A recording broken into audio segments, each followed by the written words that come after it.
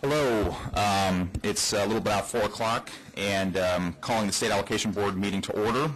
And to establish a quorum, Secretary, will you call the roll, please? Certainly. Senator Hancock? Here. Senator Wyman?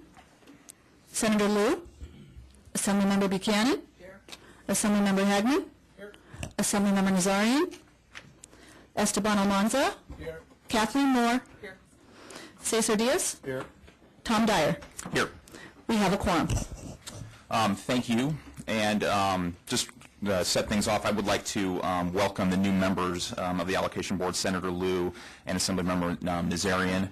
And also, as a quick introduction, I'm new as well. My name is Tom Dyer. I'm the Legislative Director for the Department of Finance here on behalf of Director of the Department of Finance, the designee.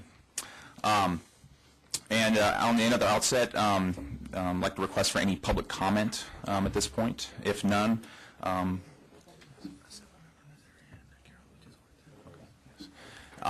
yes, and so again, just would like to welcome members, Senator Liu and Assemblyman Nazarian to the board. Thank you. And next up is the minutes on the agenda. And is there any public comment? Is there a motion? So moved.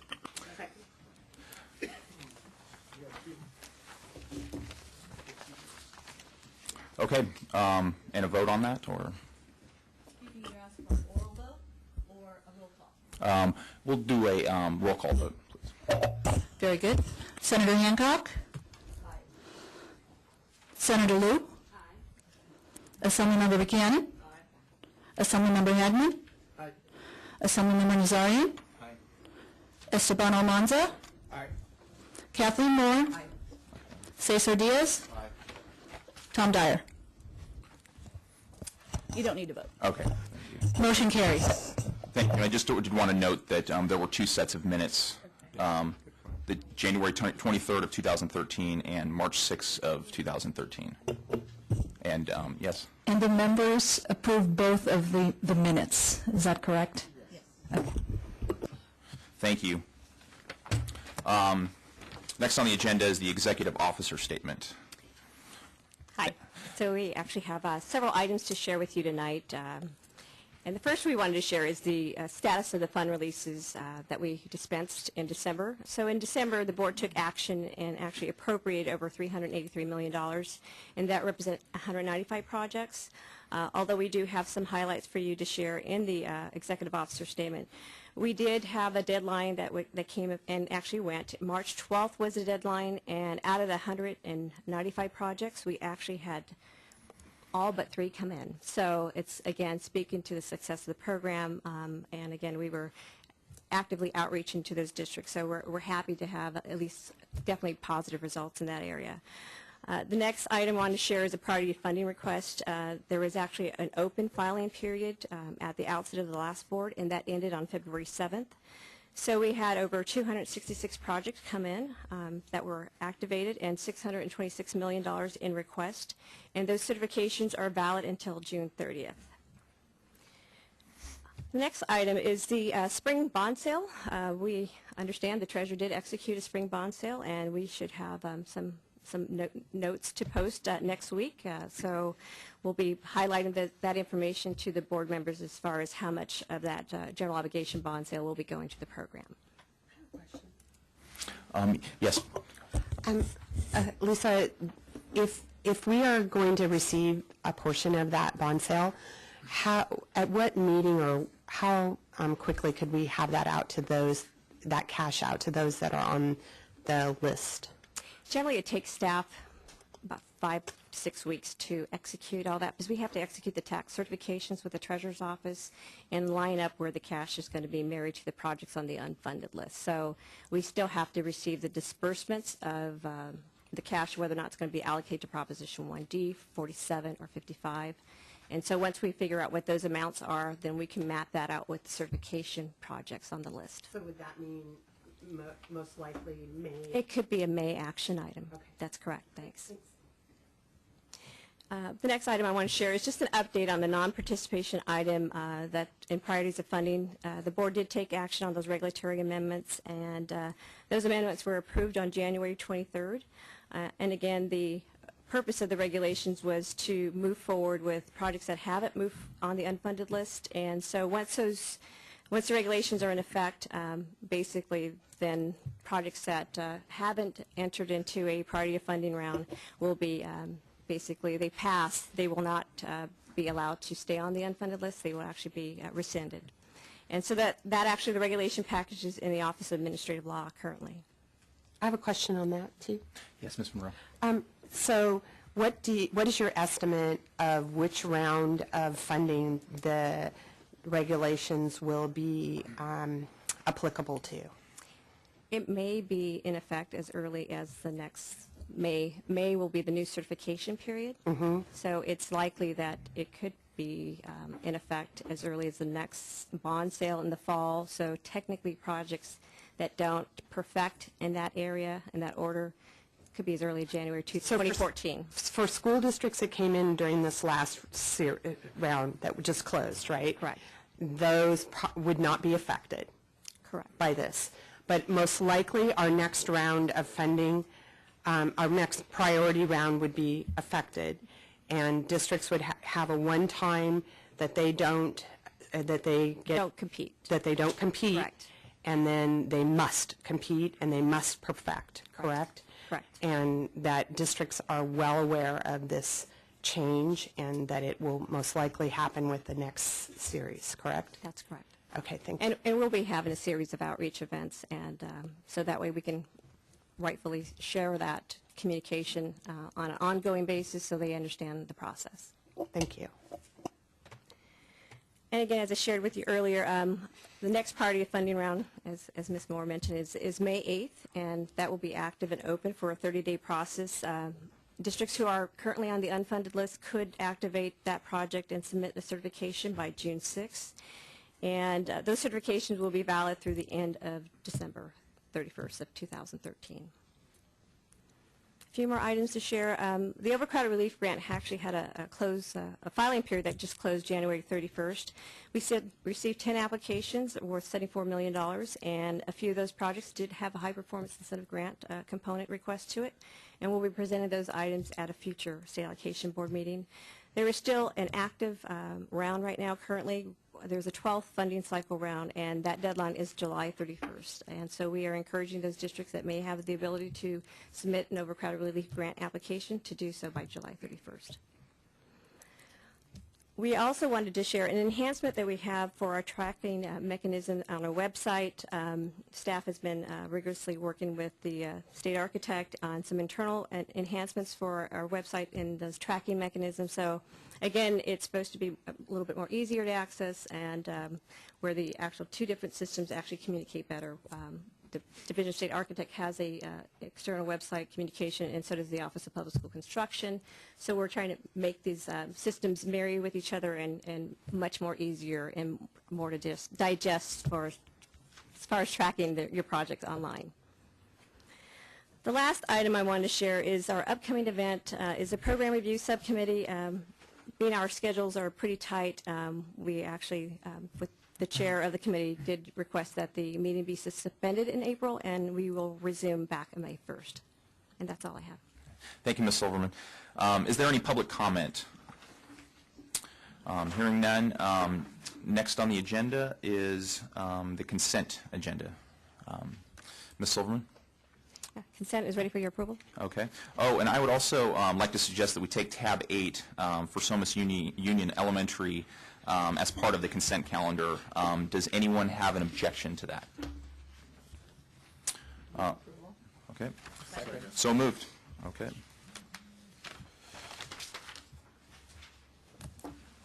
And we have a vote on that. Very good. Sorry. Senator Hancock? Aye. Senator Liu? Aye. Assemblymember Buchanan? Aye. Assemblymember Hagman? Aye. Assemblymember Nazarian? Aye. Esteban Almanza? Aye. Kathleen Moore? Aye. Cesar Diaz? Aye. Tom Dyer? Aye. Thank you. Motion carries. Thank you. The financial statements, I want to address the board on the amount of cash that we've been liquidating over the last month. And if you can turn to page 206, and it's in a quick snapshot is our last meeting we actually been sharing updates as far as how we've been liquidating the cash in the various bond sales. And so for the period ending February 28th on page 206, we have liquidated nearly $81.9 million in the various bond categories. And although I've given you an update as far as that everyone in the last December apportionment did come in with the exception of 3, this is just reflective of a snapshot in time as of February 28th. But so as we come forward with our next board meeting, we'll have the opportunity to share some updates that, again, most of the money has been dispersed as a result of that December apportionment. So if there's no questions, I can move on to our status of funds. Any questions? Okay. No, please move on. Thank you. So the next category we wanted to share is basically giving the board an update on our bond, what we have in our bond authorization. On page 210, we summarize as far as how much bond authority we have left in the program. In Proposition 1D, the voters authorized $7.3 billion in November 2006. And with that, this month we're bringing forward some unfunded approvals in the various categories. And so as a result, in the Proposition 1D category, we are authorizing over $6.5 million in unfunded approvals in the various categories. 2 seismic projects will be moving forward. And we also have some overcrowded relief grants and some modernization projects and numerous construction cost index adjustments as well. So out of the Proposition 1D, 29 projects are moving forward with unfunded approvals. And then in your middle category is your Proposition 55 bond authority. The voters initiated and approved $10 billion, and we are authorizing $1.4 million in unfunded approval. And again, most of those approvals relate to the construction cost index adjustments. And so in total, out of the active 3 bond categories, $7.9 million are processed this month, and that's 37 approvals. I also wanted to share with the board, although we've had this activity of unfunded approvals, because we have bond authority, as we shared in the past, we reached that point where we were accepting applications up until October 31st. And then the board took action on those projects via the regulations. If they didn't come in prior to that date, then those projects will be grandfathered in for true unfunded approvals. Although it's not listed because it's not going to be posted to your bond authorization, staff did process over 82 projects, and that represent over $110 million. So that is actually, if I can draw your attention on page 219. So again, those are true unfunded approvals. They're not going to post to your bond authorizations because we don't have additional bond authority. So in accumulation on 219, we actually do share for the activity for March. And in total, we have processed accumulation of 156 true unfunded approval projects, and that represents so far an accumulation of $256.2 million. And so I will open up to any questions, if you have any. Any public comment? So you get fancy with their charts. Now they're 3D. They're pretty nice, aren't they? Hearing none, thank you, Ms. Silverman, for that presentation. Next on the agenda, under appeal items, is actually action item, SIERRA-PLUMAS Joint Unified seeking hardship status under Regulation 1859.81, sub C5. And at this point, I would like to ask Senator Gaines if he would like to come up and speak to this item.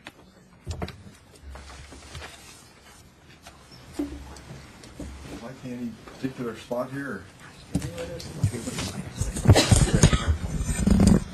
I'm the superintendent of schools, Stan Hardiman. Thank you. Have a seat, Senator. Right, wonderful. Oh, that's all right, no problem. All right, how you doing? Good, thank you. Good. Thank you for this. Senator. Thank you for this opportunity. And yeah, we're here for the SIERRA-PLUMAS Unified School District. That's an application for financial hardship assistance. And the district is requesting $432,000 in financial hardship assistance, which is needed to replace the roof at Loyalton High School. And to understand why this assistance is needed and why efforts to raise this revenue via a bond measure have been unsuccessful, one must consider the unique aspects of this area. It is sparsely populated. It's a mountainous rural area. It's not a main corridor or a thoroughfare or a destination. It has very few tourists. The entire population is 3,800 people. The median household income is $38,000. The unemployment rate was over 20% in 2010. One-third of the population is over age 65. The area shows no signs of recovering from the recession like other places in the state. The district serves 380 pupils in 2 counties over 1,500 square miles. 46% of the students receive free and reduced lunch. Over 70% of the land is U.S. Forest Service, which does not generate tax revenue and inhibits development, impacting the ability of the district to generate revenue. Most of the non-federal land is seasonal ranches owned by families for many generations.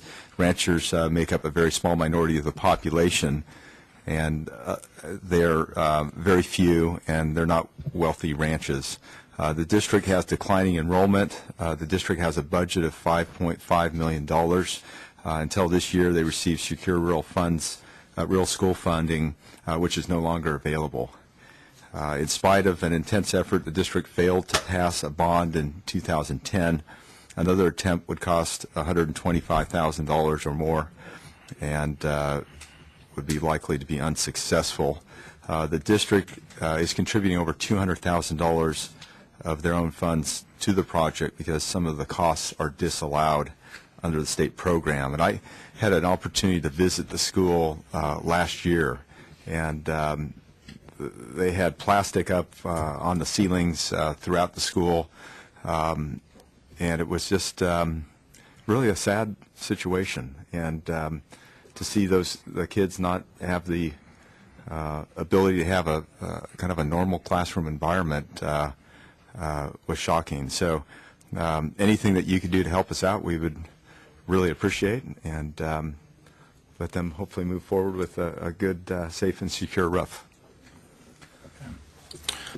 Have a moment to speak? Oh, absolutely. Thank you very much. I'm again Stan Hardeman.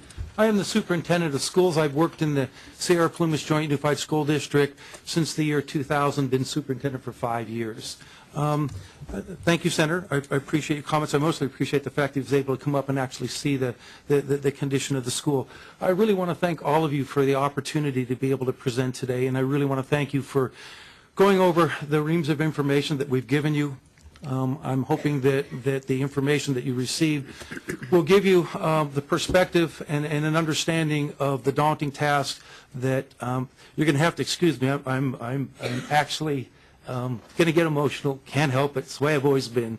Ask my board, but the situation that we face is a really daunting one, because I have a situation in which I am obligated to provide a safe, clean, orderly environment for my students.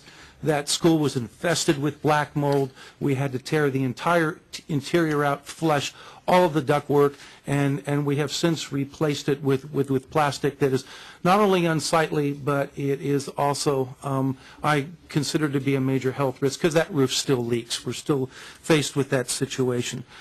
This decision before you, I think, is whether we exerted reasonable effort to be able to try to fix this on our own. I would much rather not come to you folks and appeal for this kind of money, because I firmly believe that communities have to support their schools, not only with volunteers, but I really think that they have to step up and support them financially. Our small community does. We have cut many programs that now are supported through crab feeds, golf tournaments, health and wellness activities. You name it, we do it. And we raise a fair amount of money. But we're at the point where I really have no solution for this roof. I don't know where else to go to be able to get the money. The general obligation bond did fail in 2010. It failed for very specific reasons that haven't changed. Those barriers still exist there. I would go out in an instant, despite the fact that it was the hardest thing I've ever done in my whole life. I would do it in an instant if I thought I could get it to pass. It won't pass. There are way too many barriers for this to take place. And it ends up being that I have to every morning face those kids as they walk into that classroom and they look at that ceiling. It's not acceptable. This does not provide our kids with a reasonable place to get educated. And we have cut to the bone, folks. I have cut everything you can think of. I cut nurse, counseling, teachers, transportation, cafeteria, supervision. I got nothing left. This is it. So I'm coming before you and appealing emotionally, and I can't help it, but emotionally, because this is all I have. I have no other place to go. I have to fix that roof. We actually are going tomorrow to present our plans. I assume they will get approved. I have to get it done. What happens there, because we're in a qualified status, but budget status, is that I'm not able to borrow money. The parcel tax is unreasonable at this juncture. I really have no place to go. So I'm asking you to take a look at this situation, look at it in terms of what I have to provide for my students and the people in my community, and I have to provide this kind of environment that allows them to proceed goals, to proceed visions that they have. I want to have parents to be able to come there, be proud of their school, the facilities they have. We got great kids and we have a great community. So again, I appreciate your consideration. Do you have any questions? Mr. Halderman and Senator Gaines, thank you for the presentation. I'd just like at the outset, from the chair's perspective, I can't be supporting the district's request for financial hardship. And the reason mainly is why is, we're confined by the language of this particular regulation, 1859.81 C5, and the plain language of that regulation focuses on the reasonable efforts of the school districts. And I'm definitely sympathetic to the district's health and safety concerns with the roof. And but the bottom line is, from the chair's perspective, is that regulation, that language, doesn't invite a consideration of those health and safety factors in the analysis. And taking such considerations into that analysis leads to reading an exception into the regulation that doesn't exist. And so purely focusing on looking at the district's efforts in light of other decisions from this board in the past, as well as the outlying statutes, there's not enough evidence from the chair's perspective to meet that standard, given that the last bond that was sought was in 2010. So today, I can't vote for this item. Thank you. And I'd like to open up Assemblymember Hagman. Thank you, Mr. Chair. We're looking at two different things: need and what do we meet the legal requirements, so we don't get ourselves in trouble with these guys over here. Okay. So I'm gonna ask you a few of the questions. First of all, what is the bonding capacity of the school limit right now, the district limit? I believe it's 12 million, the bonding capacity. It has room to go up that much? Again, if you look at the nature of the valley, what happens with that is you have large land holdings. You have a sparse population with large land holdings that are surrounded by national forests. And so although there's a $12 million bonding capacity, it's unrealistic given the disparity of some of the holdings to pay back the bond. And when you tried the bond back in 2010, what was the vote threshold? Well, I believe it was 37% no. 30%, well, then that means when it passed. So you mean 67% no? Yes. Okay. Yeah. So you have I have it here. I can tell you exactly. 63 yes or 63 no? It was no. Yeah, 60. Yeah, you said. If it was okay. yes, I trust me, I wouldn't be here. Yeah, no, I think you just moving misstated. on and getting a nice roof for the kids. And Senator, you're familiar with your district up there. Mm-hmm. We just had a pretty pretty well publicized statewide election, statewide proposition bonds, and overall the state passed 30 and 32 and some other ones. What was their district-like numbers there? Do you remember do you have any idea what the breakdown was for those two things? In this area? Yeah, for those particular areas, district? yeah. I don't know, I'm sorry. I don't have the answer for that. But I've got, my district is about the size of the state of West Virginia. So it's bigger than 10 U.S. states. 26,000 plus square miles, and I've got many rural areas with high unemployment. Siskiyou County is 15.5%, for instance.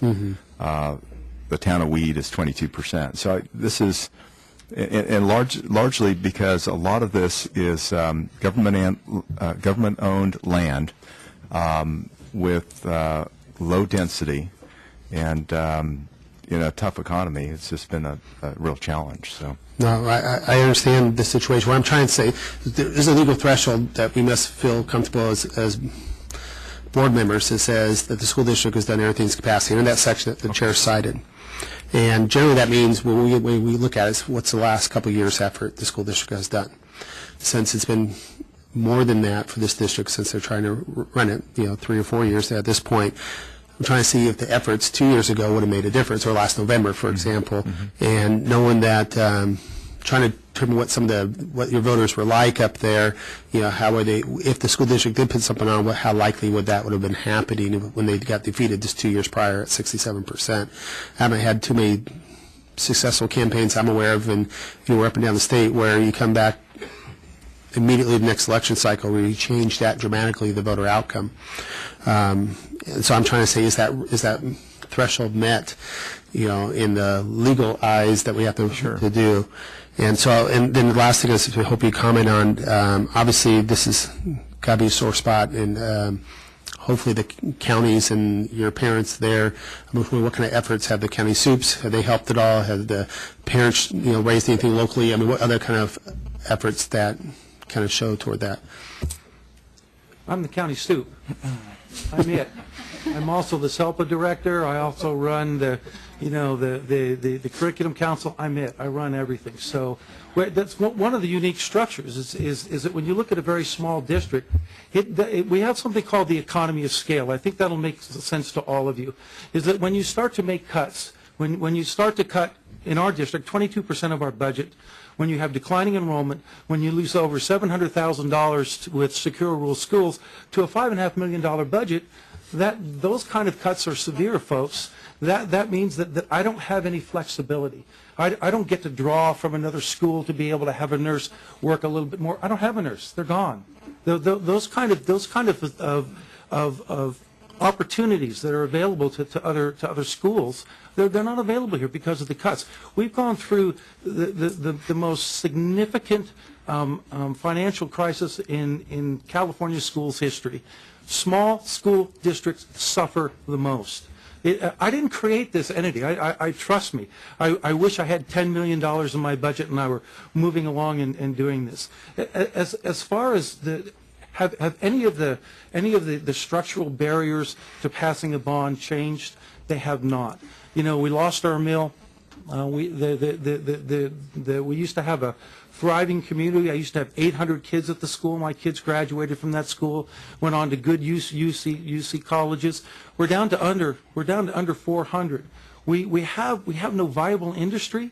We have no tax base. We have no golf course. It's simply not there. It's predominant ranch land. That's it. And it's mostly just growing hay. It's seasonal.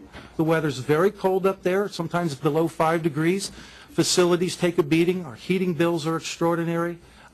We do present a very unique circumstance here that I think when you talk about did we provide reasonable effort to try to solve this on our own within our community, I believe that we did.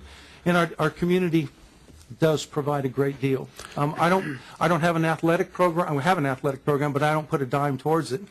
It's all supported by the people in the community. And one last thing, in your multi-role capacity here, this is not a normal thing we look at, but I understand that this district has assets that you've been trying to liquidate. Yes, we have a school up. It's called Pliocene Ridge. It's for sale for approximately $740,000. It's been for sale for about 6 years. It's actually a beautiful site, but it is totally isolated. There are no services. We've just been unable to sell it. We continue to. We actually have 3 abandoned schools that we've left, that we've consolidated, that we continue to put. We simply have to maintain them. As a point, one that I like to pass on to people, what our school district got for deferred maintenance every year was $25,000. 5 separate facilities. This is what, and I'm not kidding, this is what we got. That is completely insufficient to address any major need. You could save for 10 years and still not be able to fix this roof. And I understand the chair's position on this too, and I'm just throwing it out to the board members. I mean, this is what appeal boards are for. Is there something creative, like would be willing to put a lien in case the economy ever comes back to sell the property, to try to get some of that money back? I know you want to sell it to do other improvements, but my understanding is if you have to fix this roof, you got to take it out of operations. If you become insolvent, it becomes a state problem anyway. Number one priority. Is that an option? Is that even legal for us to do? Is to encumber some of the abandoned or not used assets right now? So if one sells a year from now, 2 years from now, what happens when this program, if we don't get rebonded authority in 2 years and they finally sell it 3 years from now?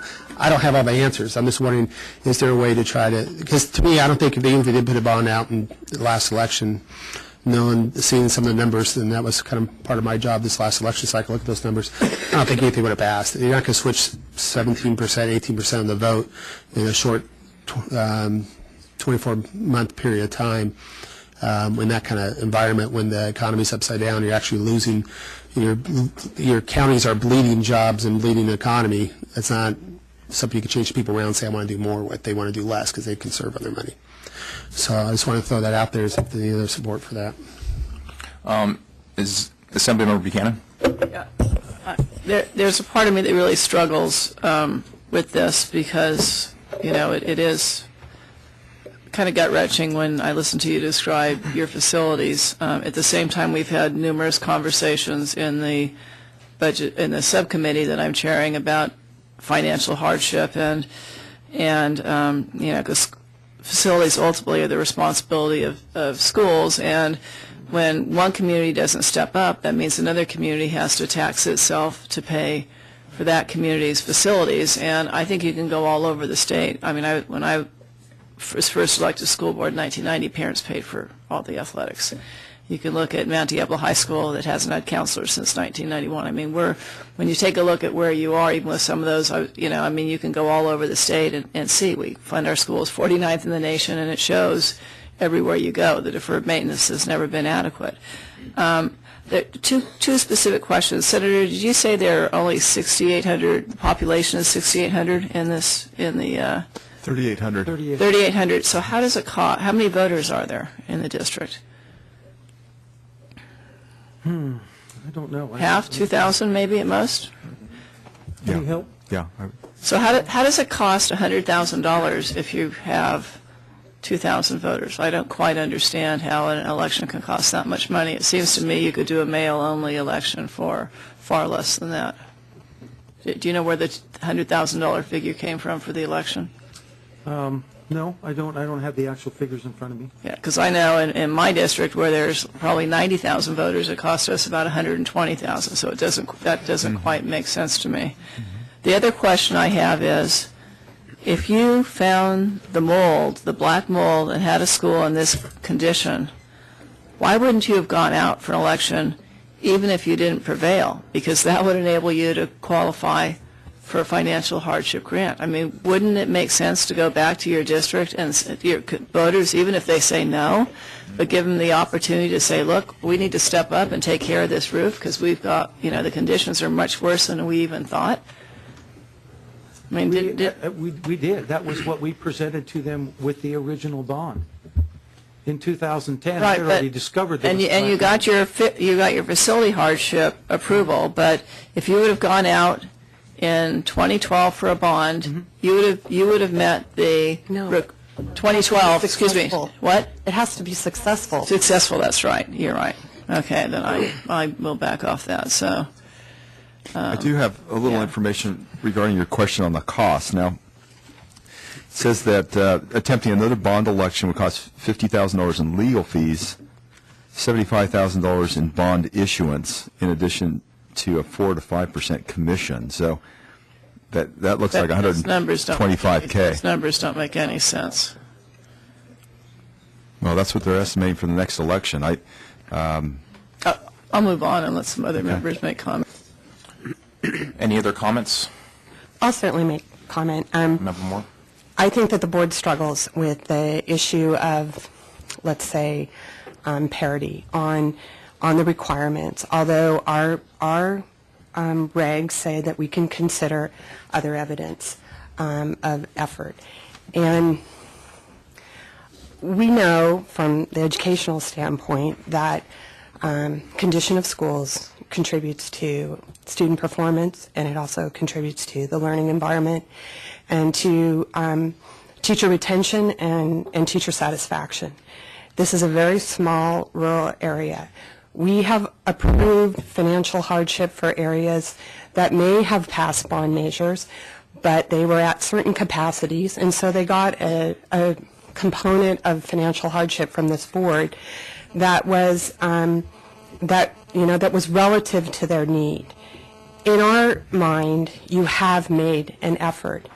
I think what the board struggles with is rewarding an unsuccessful effort. However, that being said, it does not appear that your circumstances are going to change.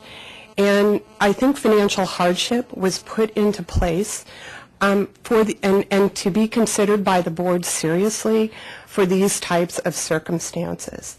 And while it's a hard one to swallow because it appears to reward communities that don't support their own schools, the ultimate sacrifice here are students and their learning environment, and particularly, 341 students that I think we care about as a state. So that's the predicament that the board is in. We're willing to, as the Department of Education, to look at a solution that might help the district. In other circumstances, we have said we will pay for the design fees and go back out again. Probably not a very good financial risk for us and for you. The other component, as you mentioned, is the land. And we have conditioned other school districts, not necessarily with financial hardship, but we had a district that abandoned the site, and we said, when you sell that site, we'll take our half. And this seems reasonable in this effort as well. It would be the state essentially forwarding the funding, that half, and when you sell that site, you pay the state back, and we would be willing to support that. Thank you. Just out of logistics, Ms. Moore, I'm sorry. Does that mean that the state is going to be doing the loan then, or does it still come from SAB, or are you doing the loan back to SAB, or what happens when they sell the property? Does it go back to... I don't think it's a loan. I think it's a conditional approval. Okay. What we've done in the past is we have said you can take this action if you sell that site, and in fact, I think in other circumstances on site sales, we've said we want the staff to report back on an annual basis. How's it going for the sale of that site? Whether it would ever get sold, remains to be a local community issue. But if it gets sold, the state gets its reimbursement. And, most of the members of this board know I've been working on something like this for a while now, trying to figure out how, when the state becomes a partner. Now, this particular case is not one of those school sites. But if we advance money for a piece of land or go on 50% on the school site, that a decade later or 5 or 6 years later, all of a sudden it's not needed. Currently, since 1998, we don't get any of that money back. And I would love to see a way to categorize those assets, and then if they're used, either sold or leased out or used for some other purpose besides what we gave them the grant or funds for, that the state is a percentage partner in that agreement. We should be getting part of that money back anyway. So this is kind of extension of that. Not particularly this case, the school site wasn't built with our funds to begin with, but it goes along that same kind of pragmatic thinking, hopefully, that this is a need. If the economy was better up there, they probably would have sold the school site and it wouldn't be here. Hopefully the economy will come back one of these days, and that land become much more valuable at a later point where you possibly could sell it. I'm obviously willing to support some kind of arrangement like that. Can I get some clarity? So the superintendent is, I mean, the Department of Education is willing to do this, or is this SAB board? As our vote. Oh, as our vote. As okay. our vote, it's not the Department of Ed. It would be the State Allocation Board's funds. Mm-hmm. And as our vote, we're willing to support some type of compromise that would assist this district in replacing its roof. Well, let's just make it official. I'll make the motion to grant it based on whatever the amount, $450,000, and with the condition that the school district, if they sell one of the 3 abandoned sites, would reimburse the State Allocation Board that $450,000, and they give us a report by letter once a year. Second. Can I ask just for a clarification? Yes, Senator. Just on page 5, and according to the staff's report on the options, the top of the page, it mentions that the total project is estimated to cost over $1 million. Is that? That's correct. That's correct. They would have already gotten 60% from the state. I see. Okay. All right. Thank you. Okay. Any other public comments? I would like to put the motion to a vote, please. Senator Hancock? No. Senator Wyland? Aye. Senator Liu? No. Assemblymember Buchanan? Assemblymember Hagman? Assemblymember Nazarian? Aye. Esteban Almanza? No. Kathleen Moore? Aye. Cesar Diaz? No. Tom Dyer?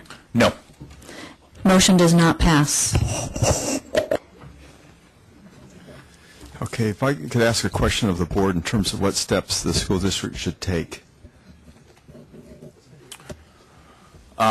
Senator, I'll open that up for any comment from Ms. Silverman. Yes. Well, at this point in time, then the item has been dispensed, and if you go ahead and your project for facility hardship still stands, and it's been approved, so you have the ability to move that forward. Okay, we will move forward with the project. I have no choice. Thank you. I do appreciate it. I'm totally disappointed. I do want to say one thing, though, is I don't want to vilify the people in our county. Again, to understand the nature of that county, the number of retired people, the whole geographic split within the county. If you really looked at those sections of the county that actually supported and passed the bonds, that's where I have my largest concentration of students and parents. It actually passed in Downeyville and in the little town of Loyalton. That's where the parents reside. They're totally committed to our schools. We have good schools. Again, I appreciate the hard decision that you had to make. I can't help but to think that we'll probably be back on the state's doorsteps because we are a qualified status. I genuinely don't have any solution for the fact that we just simply don't have enough money to appropriately run our district. So again, but I thank you very much. Appreciate it. I'd like to just ask the Senator. question, though, in earnest. If you have suggestions in terms of what we can do to resolve the problem, I would love to have that advice. And I don't know if, in terms of procedurally, what is our next step? Does anybody have any suggestions in terms of how we resolve the issue? Yes, Ms. As what our executive officer has noted, the appeal has been dispensed, and that's what happens is the board has made its decision. Okay. It cannot be brought forward because another board could not reverse a prior board's approval. Okay. So at this point in time, that's the end of the road. Okay, we just have to figure out our own Apology. process. All right, very well, thank you. Thank you. Yes, Senator Hancock. I would just say, too, this was a horrible situation, and I'm sure it was for you, too. Still And is. it still is. Not gone away. And I feel very, very, very sorry about that. My suggestion would be, I think you need to go out for another bond, or see if there is a way of appealing to the people in the district, including the ones that may not have children in public schools, about the fact that when we invest in our kids, we all do well, and that $400,000, I mean, the amount of the bond would be quite small, and that, quite honestly, many of us represent districts with many poor people, and you're right, the ones with, they still step up to the plate and they pass bonds. It's the anti-government rhetoric, the anti-tax rhetoric that creates an atmosphere where people think that if they don't have a kid in public school, they don't need to invest in their schools. And the two of you and other community leaders would have a huge emphasis on that. So I just feel, I felt, as difficult as this was, that if we don't take the local participation responsibility seriously, it undermines the entire bond program and the bond premise. And there would be no reason for any other communities in similar circumstances to step up to the plate. Well, thank you for your consideration, appreciate it. Thank you. I do want to take one moment to thank all the members of OPSC in helping us through this project. They have been really, really helpful. Again, I don't have a facility person, I'm it, and the communication and help and the guidance that we got were really exceptional. And when we talk about, poor government, this is not an example of that. They're awesome people. Thank you. Thank you. Next on the agenda is the high performance incentive grants for facility hardship projects. And I would like to invite Ms. Barbara Kempmanert, please, to speak on this. Thank you. Good afternoon. So this item is asking the board to consider a regulation change related to the high performance incentive grant and the Facility Hardship Program, and the Facility Hardship Program also includes the Seismic Mitigation Program. The Facility Hardship Program provides funding for the minimum necessary work to correct health and safety issues. And there are three methods of providing funding in this program. There is the replacement of an entire school site, the replacement of some of the facilities on the site, or rehabilitation of a building. Currently, the regulations allow for the high performance incentive grant to be added only in the case of an entire site replacement. Today's item asks the board if you would like to change the regulations to extend high performance incentive grants to the other two types of funding for facility hardship. And staff is recommending that the board allow both the high performance base incentive grant and the high performance percentage increase for all types of facility hardship projects that qualify. And if the board approves the staff recommendation, we would return to a future meeting with conforming regulations. And I'd be happy to answer any specific questions related to the proposal. Thank you. Any comment or questions? Senator Hancock. I think this is a very good move forward. I would move the item. So moved and second. Any other comment, or let's just proceed to a vote? Thank you. Senator Hancock? Aye. Senator Wyland? Senator Liu? Aye. Assemblymember Buchanan? Aye. Assemblymember Hagman? Aye. Assemblymember Nazarian? Aye. Esteban Almanza? Aye. Kathleen Moore? Aye. Cesar Diaz? Aye. Tom Dyer? Aye. Motion carries. Chairman, Mr. Chairman? Yes, Senator. On this item, I am wondering if we could place it on the agenda for next month's meeting as well, and perhaps have staff come back to us with possible additional options for accessing the high-performance school money for standalone projects or independent projects, because we still have more money in that account than we do in our other accounts. if we could lower the threshold, for instance, so that for a nominal modernization, we could add a high-performance element, I think that would be useful. And, there might be other things that staff could come up with that would enable us to get that money out the door. So if we could just put it on the agenda with any recommendations. Thank you. Yes, Senator Hancock. Any comments on Senator Hancock's proposal? If none, is there a requirement of vote? I don't see any objection. Okay, we'll go with that for next meeting. You're welcome. Next up on the agenda is State Allocation Board 3-month workload. Ms. Silverman, please. Yes, that information is actually listed in tab 10. And basically just highlight to the board the next 3 months' activities that we have on the agenda. So if there's any questions related to what's posted on the workload, be happy to answer any questions related to that. And that's actually on page 259. I apologize. Chairman, can I make a comment? Yes, Ms. Moore. We had talked about that we would look at every month and whether we would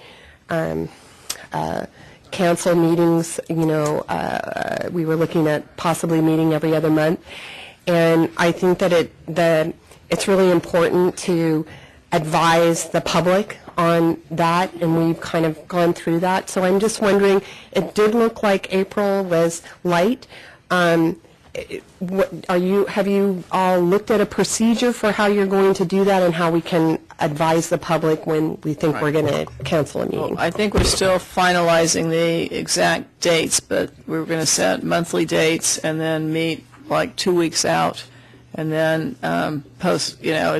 issue a go, no-go. But we wanted to at least keep it open, so if we had a situation where we needed an approval to get a project going, we could at least have a quick consent meeting like we did last month, so we're not holding up any individual projects. So for those that travel to these meetings, we can advise them that most likely 2 weeks out from the meeting, decisions will be made, and we'd advise them whether it was canceled or not. That's what I would think. I mean, okay. If you recall, when the people came to us, we were going to set meetings every other month or quarterly. They said, wait a minute, there might be something that comes up. So I don't speak for the chair, but when Pedro and I talked, that we didn't want to cancel next month's meeting this month until we were a couple of weeks into it and had an idea as to whether or not something were going to come up. And I would just comment, I think it's safe to say, since next month is there's pretty much no agenda or light agenda, the only reason why we have anything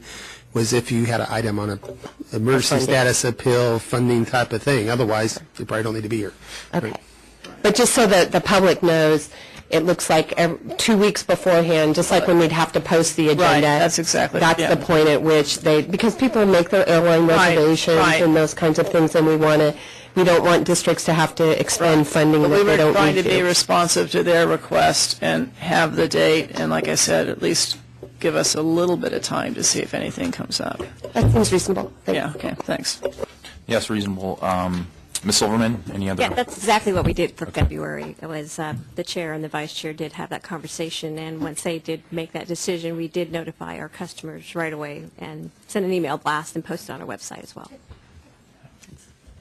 Okay, very good. Is that it for? That's it. Wrap. All right. With that, if there's no other public comment, this meeting's adjourned. Thank you.